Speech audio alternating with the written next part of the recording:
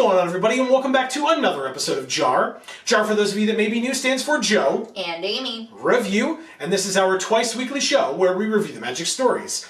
And this week, or this time, we are here for Assault on New Phyrexia, Episode 3, Inconceivable Losses by Seanan McGuire. My quick review at the top of this one is I had some issues with this one, but overall, I think this is the best of these main stories that we have read so far, by a fair bit. Okay. Yeah, I've got some issues with it too, but there's also like, I don't know. Okay. That's how I feel about the story as a whole. I don't know. So, if that makes it sound interesting to you, and like you might want to go check it out for yourself if you have not already, the top link in the description down below will take you straight to the story. You can try to remove as many barriers as possible to get you to it so that you can read it, and then, whether you've read it already or whether you're going to go read it right now, we would love it if you would then come back here or stay here and join us for our discussion, because we want to hear from you. In the comments down below, let us know your opinions. Do you agree with us? Do you disagree with us? Are you somewhere in the middle? Was there something that you liked that we didn't talk about, or disliked that we didn't talk about? Let us know. That's what the comments down below are for, and really anything and everything in between. Just, we would love to hear from you. Keep that conversation going. But before we get going, we wanted to thank you for being here, and if you want to help support us here on this channel, please don't forget to subscribe and ring that bell so that you will get notifications whenever any of our videos come out, including the rest of the JaARs in the week plus to come. We have 4 more to go after this one, so that would be hopefully 1 more this week and 2 the week after, and then 1 the week after that. That's how we're hoping to do this. Fingers crossed, because this week is a very big week on this channel because it is pre-release week. Which means, if you're watching this on Monday or shortly after it comes out, Wednesday, stay tuned to the channel.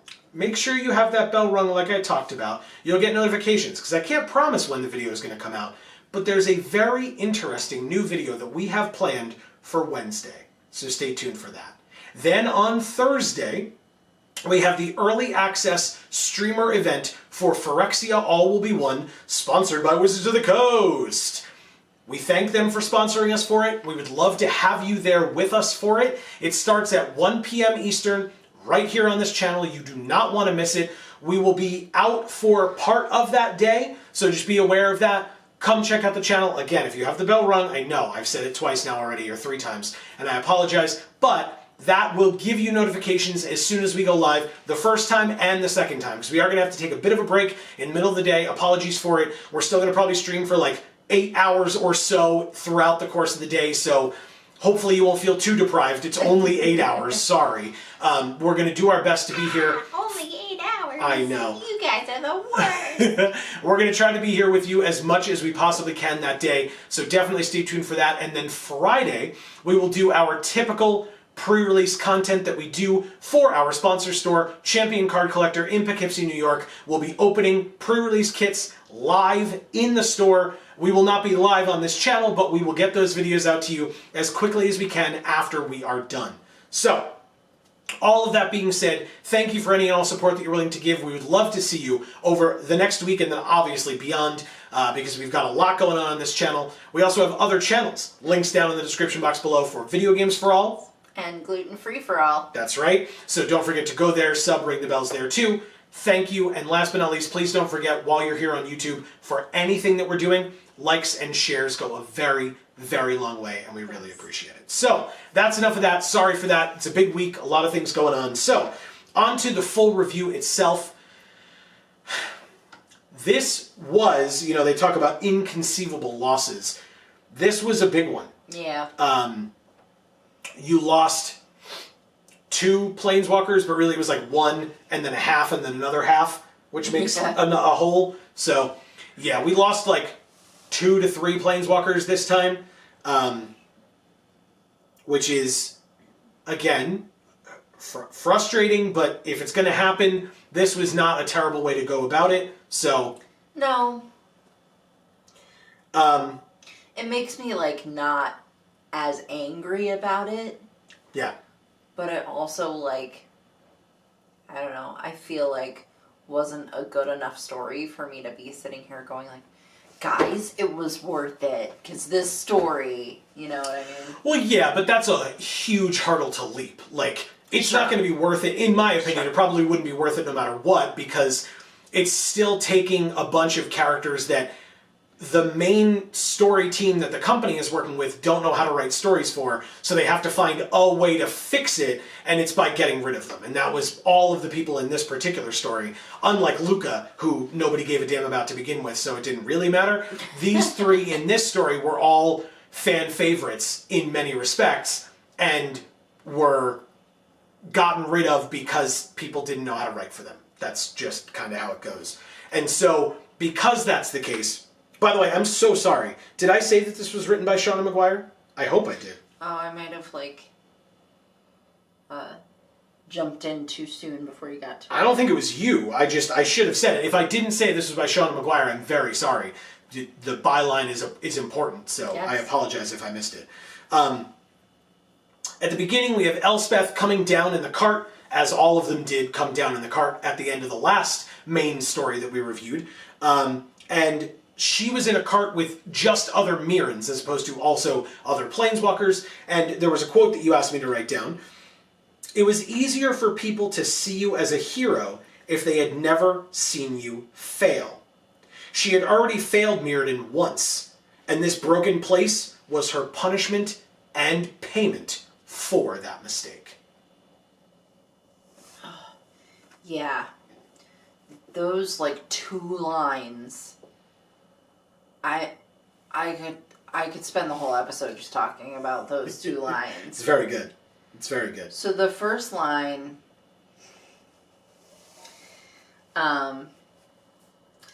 it was easier for people to see you as a hero if they had never seen you fail.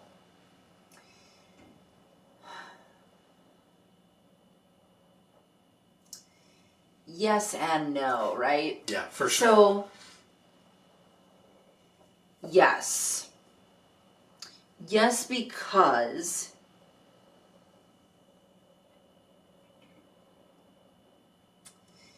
they're seeing you as a hero by, like, shifting that level playing field to not be level.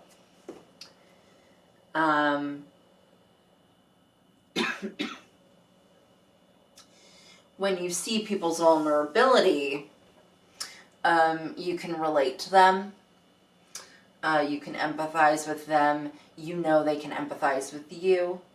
And you can trust them. Heroes are different. Heroes are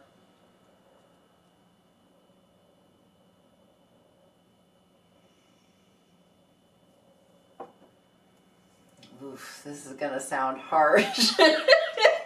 Okay. Heroes are people that you inflate, that you put on a pedestal wrongfully. Because you shouldn't be putting anyone on a pedestal. And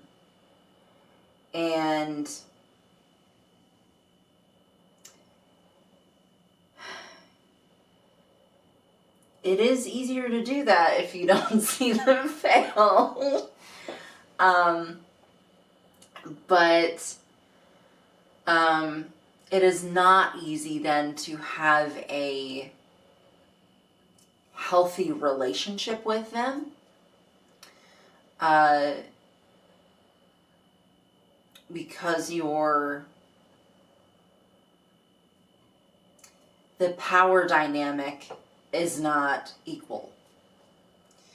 And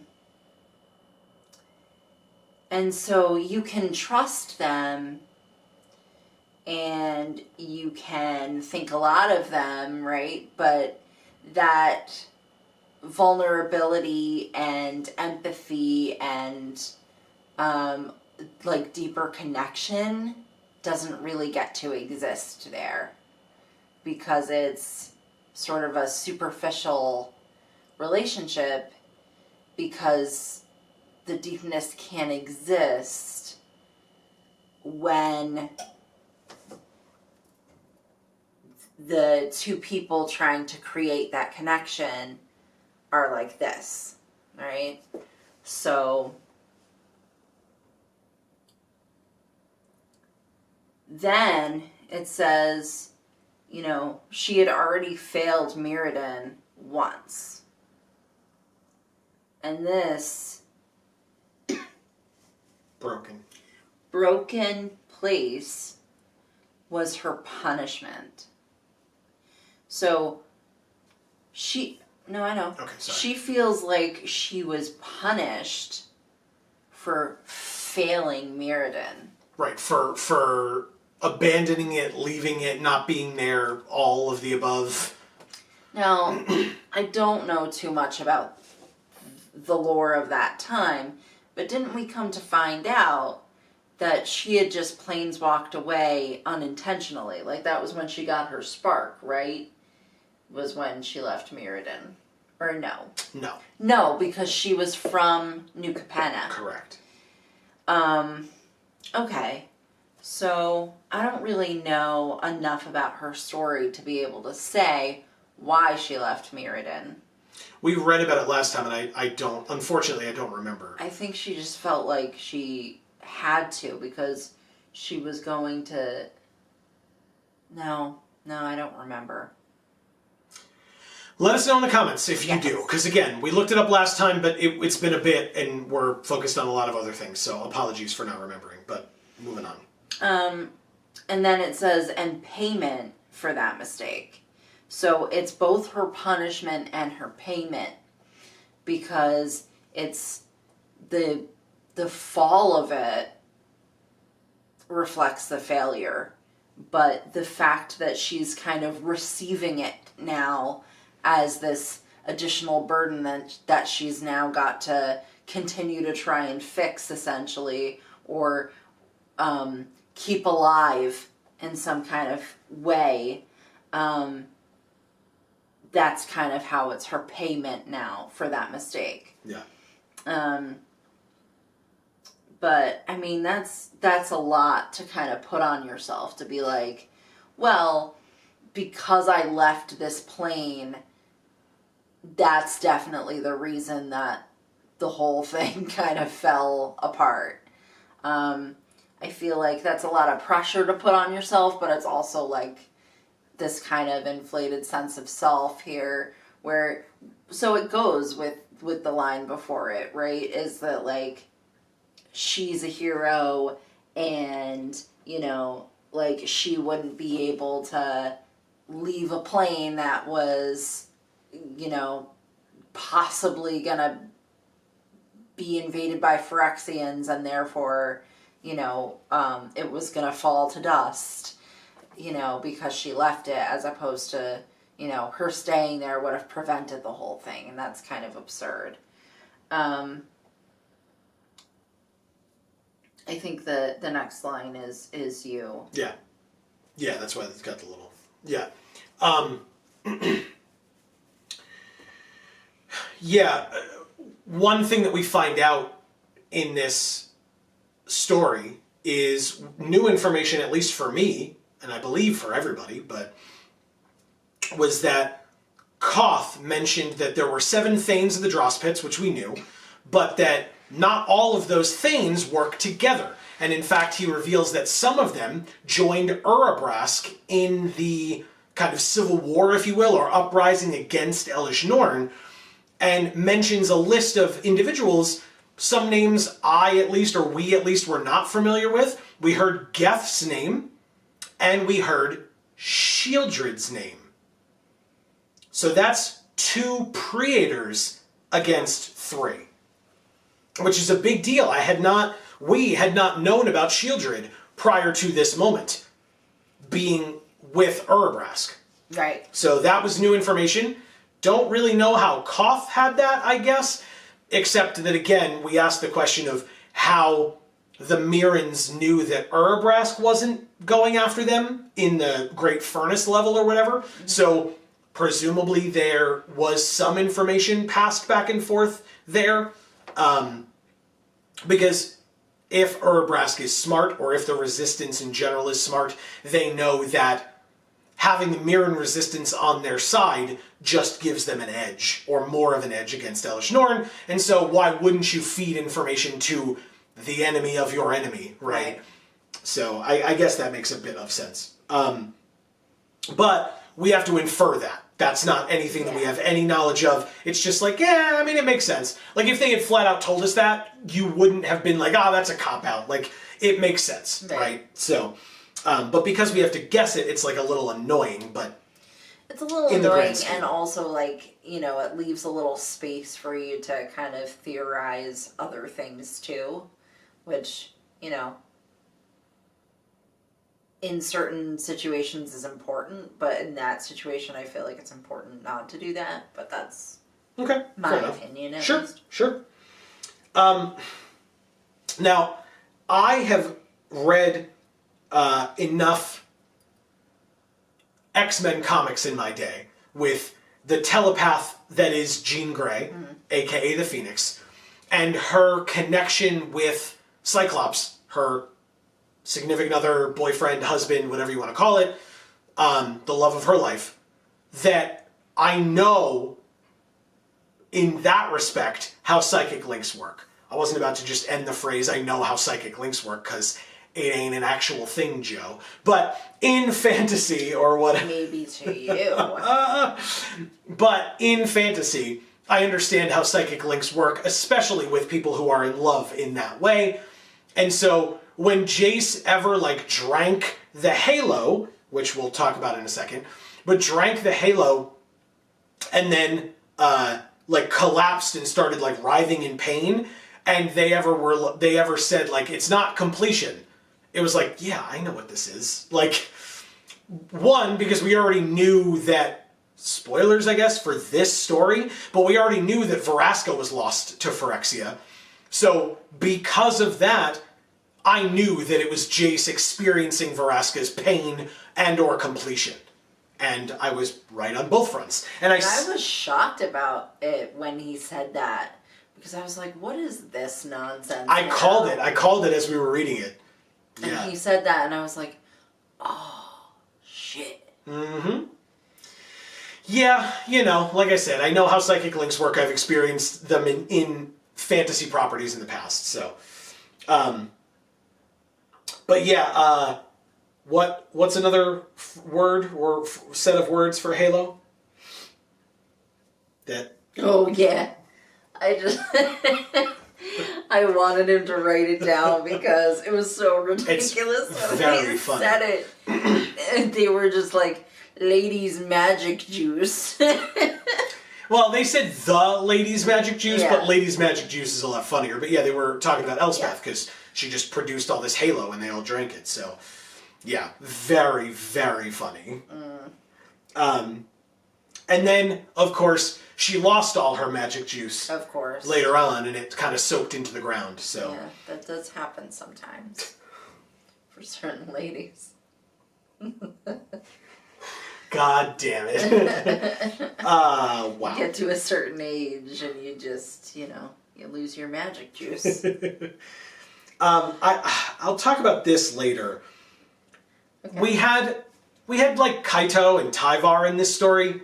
Kind of. Like, they were there and they said some things, but Elspeth and Nahiri and Jace were a lot more impactful to the decision-making of the group. And Malira kind of turned out to be and Koth, excuse me. I forgot about Koth, of course. He was pretty important to giving information and making decisions and things like that as well. Malira, unfortunately, was very little help in this story. And I was kind of annoyed because with Jace, she was like, well, I can't do it here because he's going to be incapacitated, so it's going to have to be somewhere else. And it's like, where did you think you were going when you promised you could do it to Nahiri and help her with her completion? Like, did you think you all were going to just get down to the bottom, detonate a Silex, and then just be like, okay, let's just lay you down on the ground right here among all the rubble and detritus and everything will be fine? Yeah. Like, I don't understand. Like, you were so confident with Nahiri of like, it's all fine, it'll all be fine. Yep. Like, how far out of their way did they go to get Vraska? Because, like, I don't know, it just sounds really stupid. Yeah, it is really stupid. They were very much just like, oh, well, here's the reason why she can't help even though she's right here. Oh, this reason now. Yep. Yeah, and so, like, Kaito, rightfully so, calls out that it's a bad idea to go into the Colosseum, where when Nahiri and Kaya go in following Jace, Nahiri pulls out blades and starts getting ready for a fight. And Kaito's like, we can't go in there. We don't have time for this. Why did he take the Silex with him? And again, I will talk about Jace's plan later, because holy shit. But Kaito calls that out, and Elspeth's response is, well, you know, if we're going to be fighting anyway or something, like, what good are we if we don't fight to save each other or something like that? And it was like... Yeah. It was like... Yeah, or one of our own. Like, what's the point of fighting this battle to protect the multiverse if we can't even protect each other? And it's like do we really... significantly more meaningful than just going and saving one person. Yeah, it's like, do we have to really go into the discussion of whether it's more important to save one life or save millions or billions of lives? Because, like, that's what you just did, right. And you were on the wrong side of that equation. Like, one is greater than a billion. It's like, no, it's definitely not. So... There were a lot of things that were just kind of shoehorned in for convenience sake, even though they didn't necessarily make sense. For sure. Now, I will say, or actually, I guess we can go to this. For when Jace gets to Vraska, and he says to her, well, you know, once they kill everybody in the Colosseum, he says, well, we've got Malira here, we've got Halo, we've got lots of things. You're gonna be okay, because Vraska's like, get away from me, stay away, I'm tainted or whatever. And like Jace is like, you're gonna be fine, like we have all these things, and obviously Vraska doesn't know who or what Malira is or can do, right? Because they've never met. So I don't want to take all this away from them. Yeah, I mean, because that was my point when she responded in that way, and then they were like conveniently saying after that Malira was like, oh, well, she's too far gone or whatever. And it was just like, okay, well, like, Vraska didn't know that. Yeah. So, like... Yeah, Vraska was like, I'm already lost, leave me. Right. Like, Jace could have done more to be like, no, really, like, it's okay. Like, she can heal you and, like, make you fine, you know, and then they would find out when she went to try that, like, Vraska was too far gone and it didn't work. But that's not how it went. Yeah. Yeah. Like, it's just stupid that they didn't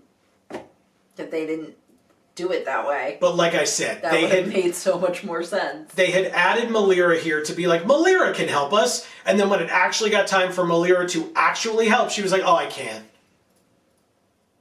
Oh, okay. And why are you here? So, you know, they... Because, right, like, everybody else has, like, a certain thing that they're supposed to do in this plan, right?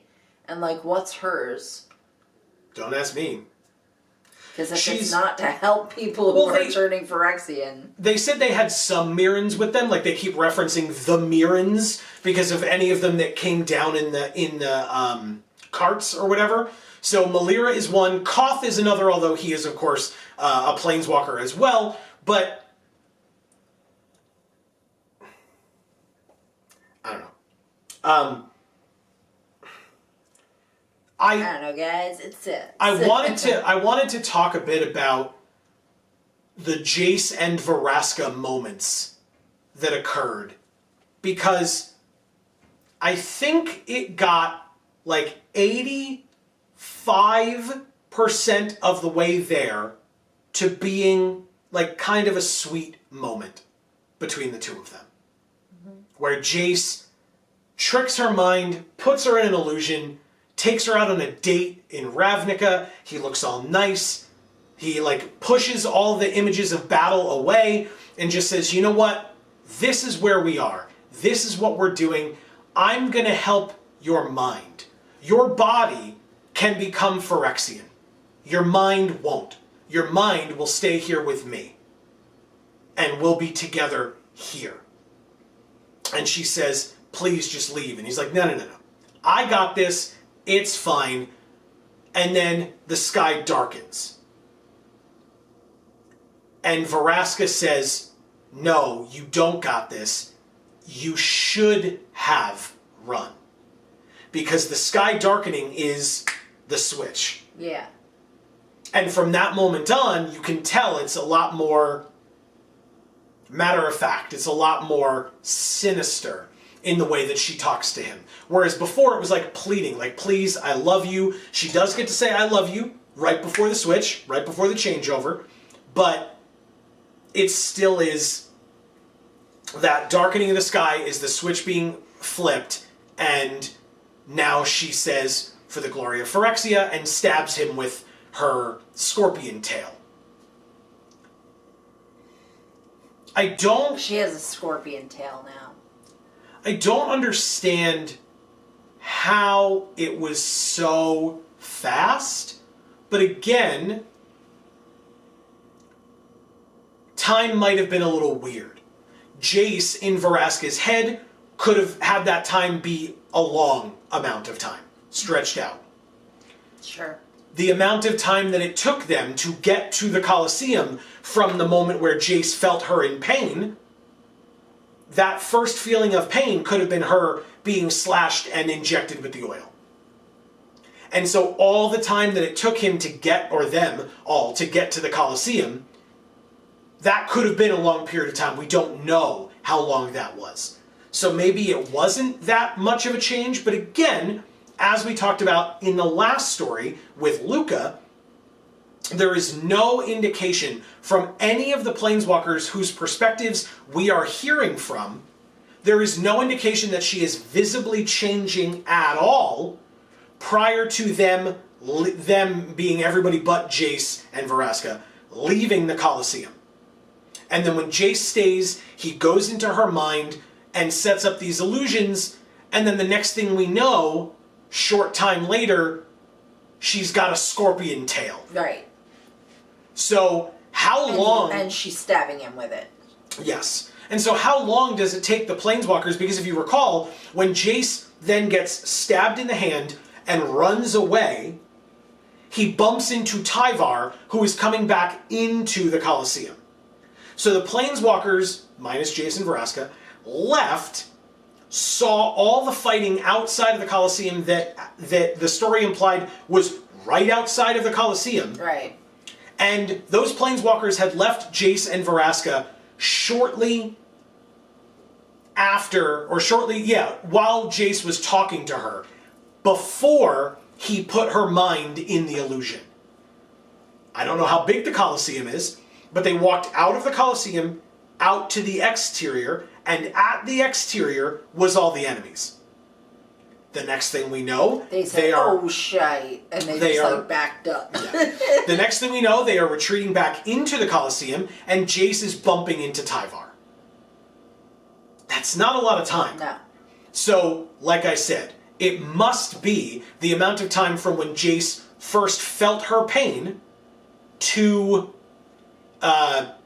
them getting to the Colosseum. Or, because somebody may call this out as well, or Jace references the fact that the halo cleared his mind.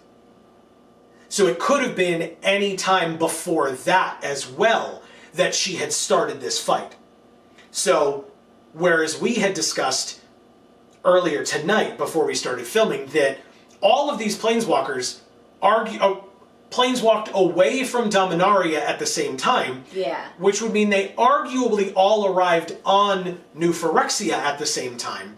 If Vraska arrived in or around that Colosseum and has been fighting ever since, that's a long time.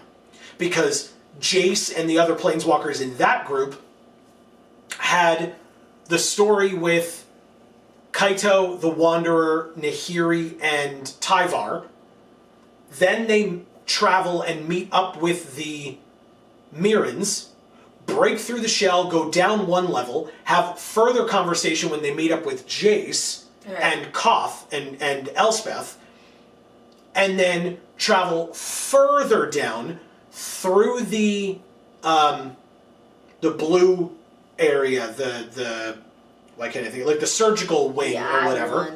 Yeah, the surgical area, down through the Hunter's Maze, and down into the Dross Pits. So that's a long time. So yes, if Vraska was fighting all that time, or nearly all that time, then it makes sense. It's just that they didn't see any changes to her whatsoever, even though when Jace got stabbed in the hand, and he showed it to them shortly thereafter, they could see the metallic aspects of his hand shortly after being injected. No sense. Because, I mean, they absolutely could have been like, oh, the reason why Mira, or what's her name? Malira couldn't help her not be Phyrexian is because she's been one for too long already. Right. Not that she's too far gone, but that she is like, and kind of referenced the fact that Vraska had a very strong will, which I suppose is a kind thing for you to say about a planeswalker that you're just like dumpstering because you don't really know what else to do with her. So you got to be like, well, she's very strong. Thanks. Really good way of showing it too. Is to have her completed off camera and then have one character who doesn't know her be like, wow, she must be real strong. Yeah, she must be. Anyway. Yeah, she's strong because she didn't grow her scorpion tail until after they left. Yeah, I know. Joe. I know. I also wanted to echo, I'm not the first person to say this, but other people have asked, and this story makes me question it a fair bit. Why are planeswalkers able to be completed easier now? Have they talked about this? Is it that, like, because it was that the reality chip needed to be involved, and that's why Jin Gataxias went to go get it, but, like, is that what it is? That, like, the reality chip, like, Jin Gataxias learned enough, came back to New Phyrexia, and then all of the oil from there on in is just good enough to complete planeswalkers? Is it because we're here post-mending now, and so the planeswalkers are weaker now because it's after the mending? Like, well, he plugged in the USB. Yeah. So now it can read it all the time. It's very universal, yeah. It's into the mainframe of Phyrexia. Yeah, it's just like... Y'all. Yeah. Totes make sense. Mm-hmm. Then there's another quote that you asked me to write down because, I mean, it was badass. I would have written it down if you hadn't asked me to write it down. But talking about Nahiri. She swung her sword, and in that moment, she was a figure out of legend. In that moment, she could have cleaved the plane. Then, with a vast and terrible shattering, she did precisely that. And everything fell into darkness. Yeah. A lot of, like, imagery there, I guess you would say. Because it's, like, metaphorical. It's like, okay, so what actually happened? Right? Yeah. Yeah. But it's so interesting because we've talked in these stories where we've been hearing about Nahiri all about the fact that she is very powerful compared to basically all the other planeswalkers that are there, because again, she's like millennia older than they are. So she's had that amount of time to perfect her powers and etc. She's also, like, way more antisocial than they keep making her out to be. Fair, yeah. Which, you know, they kind of have to do because she has to be social with all of these people in these stories. Yeah, but, because they want her moment of her leaving to be that much more emotional, which... Yeah, but she's literally a hermit. Yeah. Well, yeah. Not that she wanted to be, it was against her will. Yep. She was a hermit. Yeah. So, like, she's not good with people, and she's not going to be good with people. Yeah. But she gets to this point, and it's like, I'm already too far gone. We've gone so far out of our way that there's no helping me anymore. But they mention when they're leaving the Colosseum, I guess, they mention that, like, Nahiri's blades are spinning a little bit slower because they're all tired after fighting the Phyrexians. But they all fought them, like, a regular amount. Like, or the same amount, I should say, right? But Nahiri's blades are slowing down, but then a short while later she cleaves the plane. Like... Yeah. Again, it may be, as they implied, that she was drawing power from Phyrexia, which turned her faster, and so you could say, like, the last thing that she did while absorbing the power from her completion was to cut the Colosseum down and leave herself up top. Yeah. Maybe. Yeah. And I think they kind of tell you that by saying, like, well, her bandage falls off the back of her neck, and she doesn't care that people can see, you know, or that kind of thing. Well, which is also the way that they then don't have to have Malira in the next story be like, oh, by the way, she was completed. You know what I mean? Like, because otherwise nobody else knows. So if they didn't have that moment of, like, I don't care, like, no one would know that she was also completed or tainted with Phyrexian oil and stuff. Yeah. So... I don't know, it's just so dumb. I will say, I loved the fact that she dropped the entire Colosseum into the Fair Basilica. Why? Because we read that Elish Norn one-off story. In that Elish Norn one-off story, what did we learn about Elish Norn? She hates imperfection and mess. She hates it. And the Fair Basilica is her realm. And what did you do? You took Shieldred's realm and just dropped it into hers. Which means... You pooped on it. Which means there's going to be damage from the fall, there's debris, there's going to be blood and gore because of now the fighting. Plus, it's Shieldred's Colosseum. And we just learned earlier in this story, Shieldred is not on Elish Norn's side anymore. Defector. So I thought that was great, and I thought that they really didn't focus on that, and that bothered me, because it was like, this is such a good thing that has just occurred. Now, you could argue that I guess the Planeswalkers don't know that, but we know that, and so I was like, oh, talk about that more, that's so good. Meanwhile, Koth was just like, that crazy fool, she dropped the whole thing in here. All right, we got to fight, you know, and like, it's like, Yeah. it's so much bigger than that. It was like all the cool moments in this story, they gave like no credence to, and then they gave too much credence to ones that like they decided were gonna be good that kind of really were not. And so, as promised, the last thing that I wanted to talk about, I don't know if you had more to say for this one. Yeah, I mean... we're gonna talk about this, so if it's more about that, then that's the last thing I want to talk about. But if not, please go ahead. I'll just say, based on what I was literally just saying. Yeah. Like, mainly the whole thing with Jason Veraska. Like, they were trying real hard with it. They really didn't get all the way there. They tried. But, like, all the other really cool, like, impactful for the story as a whole and for the multiverse going forward at that point, too, like, aspects of this story, I feel like needed to be dwelled on and were not. Sure. Yeah. And then, for folks who've seen the movie, because I've mentioned in the past, Magic seems to want to be Marvel, so let's talk about them as if they're Marvel.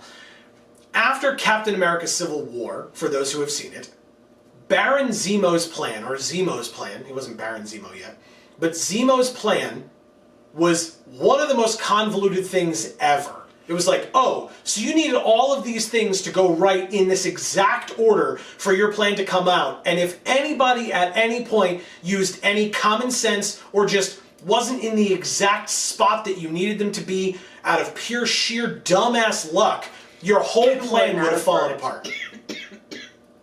So let's talk about Jace's plan, shall we? Because Jace is a blue mage. He plans things. That's his thing.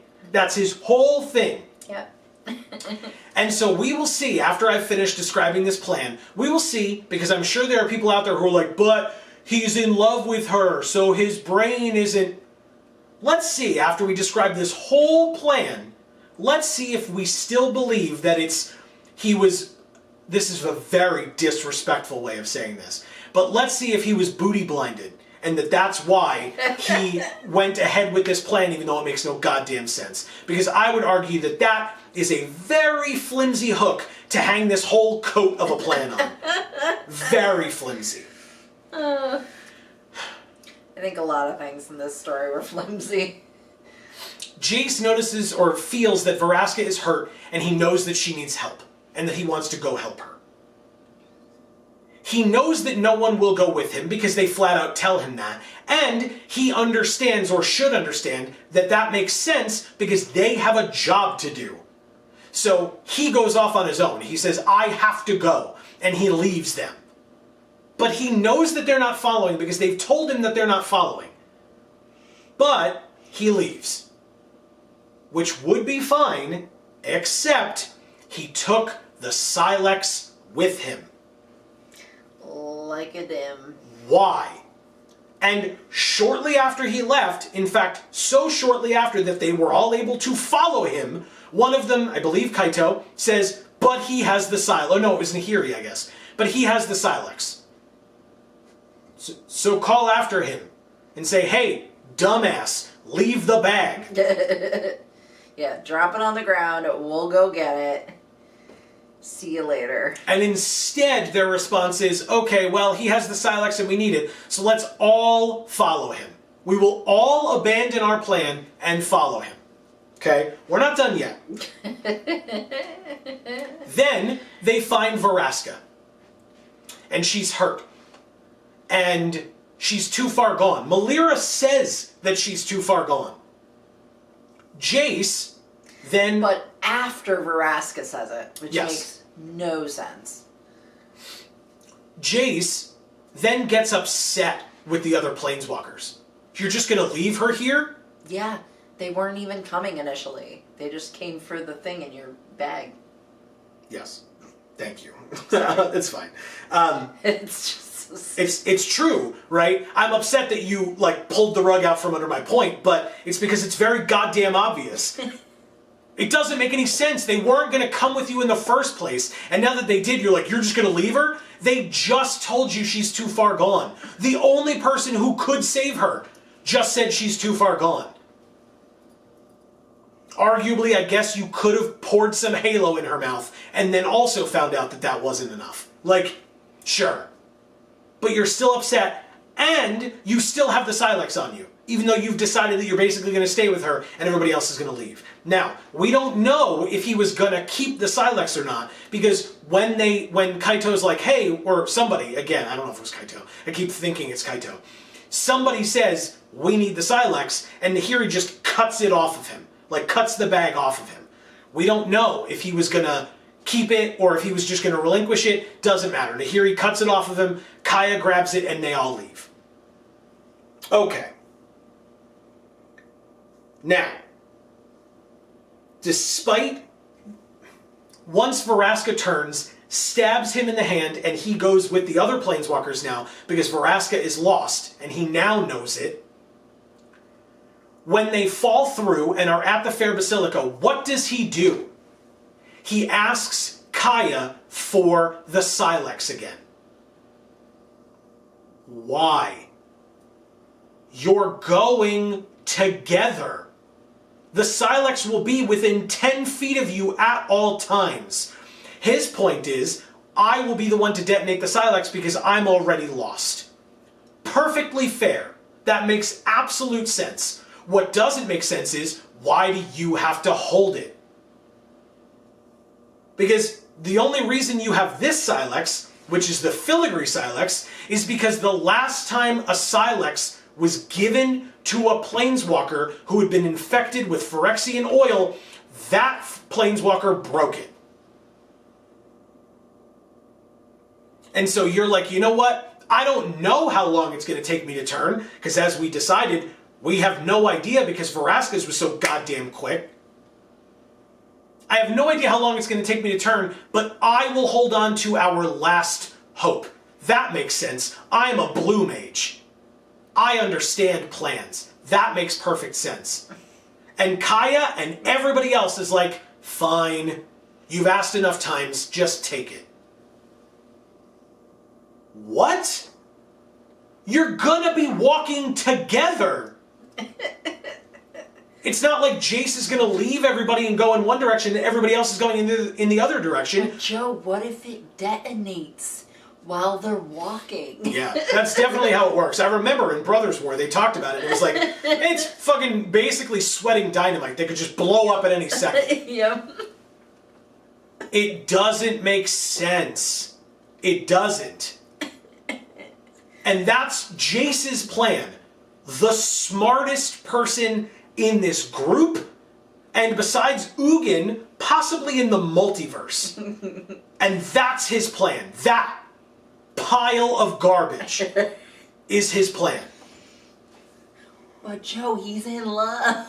And I have to shout out, I believe it was Marcus, and shout outs to you, Marcus, because you're awesome even if this wasn't you. And I apologize to whoever I'm misattributing it from, but I believe it was Marcus who, when it was one of the stories that I'm not, maybe Dominaria United? Yeah, it was Dominaria United.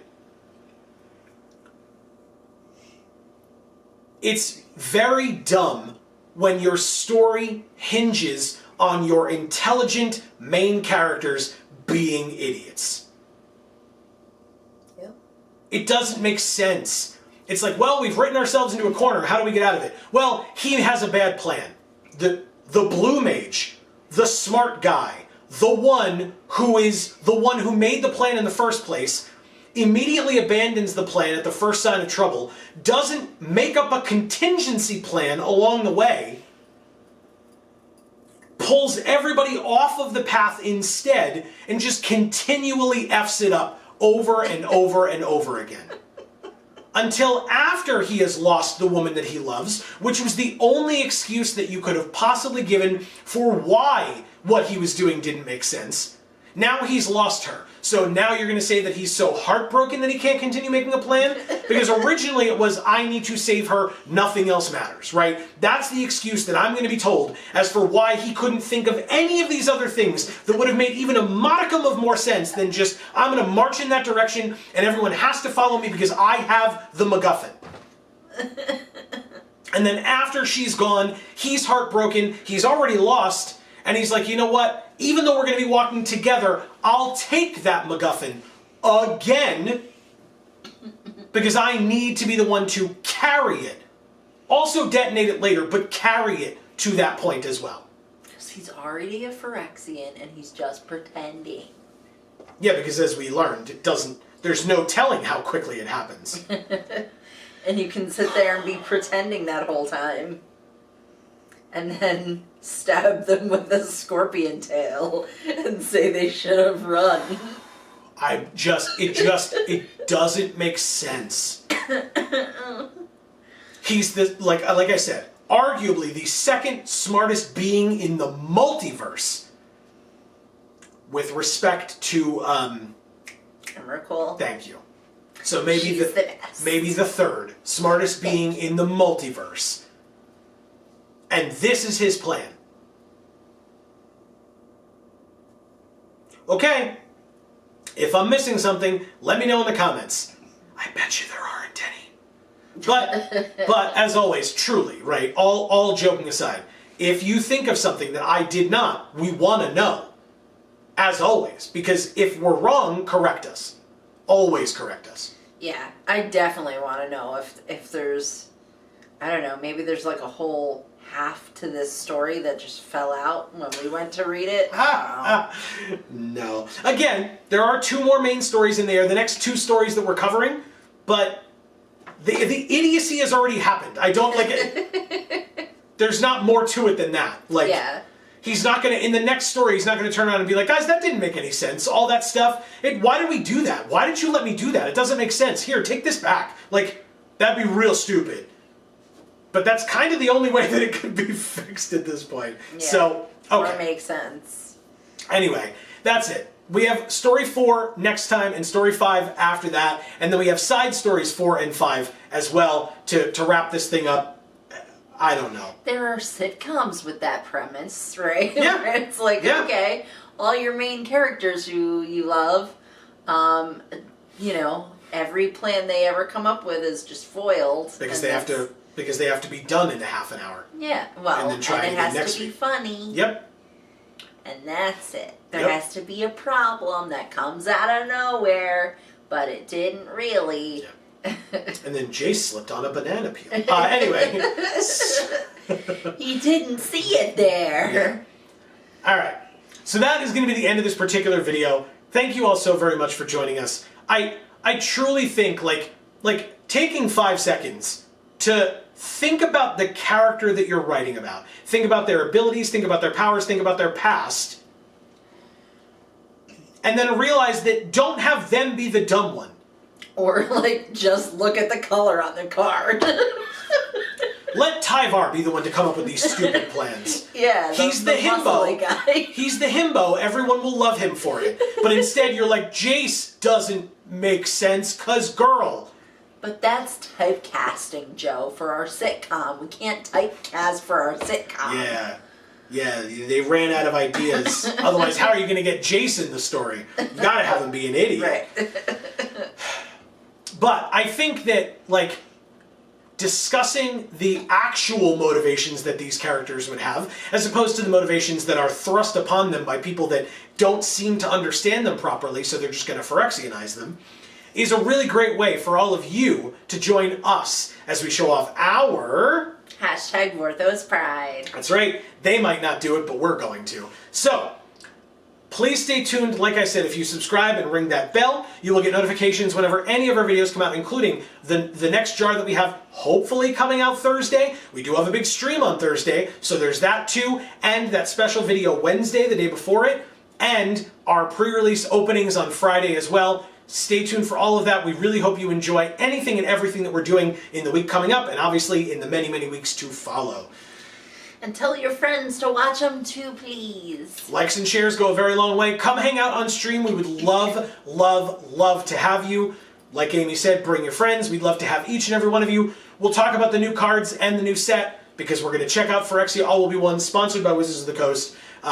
We will be one of the first people playing the game that you will see outside of the PPR. Shoutouts to Loading Ready Run.